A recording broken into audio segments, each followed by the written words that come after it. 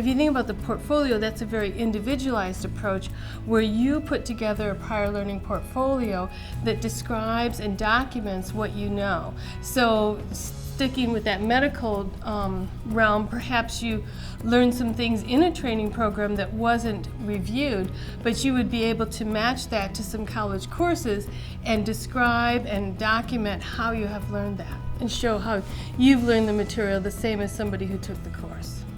I took a course that taught me how to develop the portfolio, and then I was able to use the documentation that I created in the portfolio to challenge specific existing courses, and then I was able to get credit for those courses. We would send their portfolio out for evaluation to a faculty member who really is an expert in the field and is currently teaching in that area.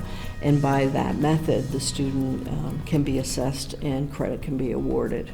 Has a very good appeal to adult learners because if you think about it, adults have more experience. I mean, the longer that you're out there working as a professional, even working as a volunteer, you may not be getting paid for your experience, but the more experience you have, most likely the most learning you have. And so the more experience you have, there's a better chance of being able to get more credit. Each week, they give you assignments for pulling together. For example, your resume might be one of the first things you pull together. So that week's assignment is about getting your work history together and putting your resume. They talk about the biographical information that you would write, and that one class just assembles your very first portfolio. So it walked me through everything I needed to do. I wasn't on my own.